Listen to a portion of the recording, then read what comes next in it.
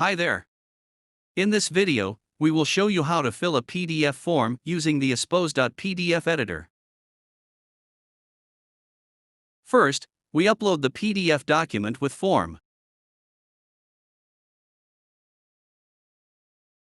The editor will automatically recognize the form field's position, and we put simply text in the necessary fields.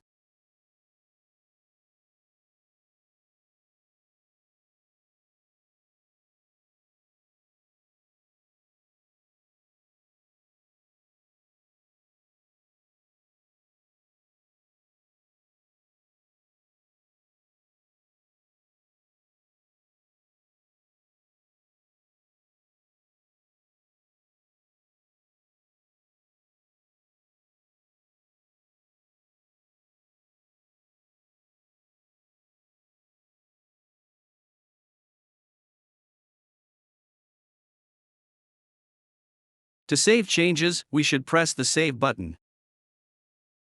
Thank you for watching this video.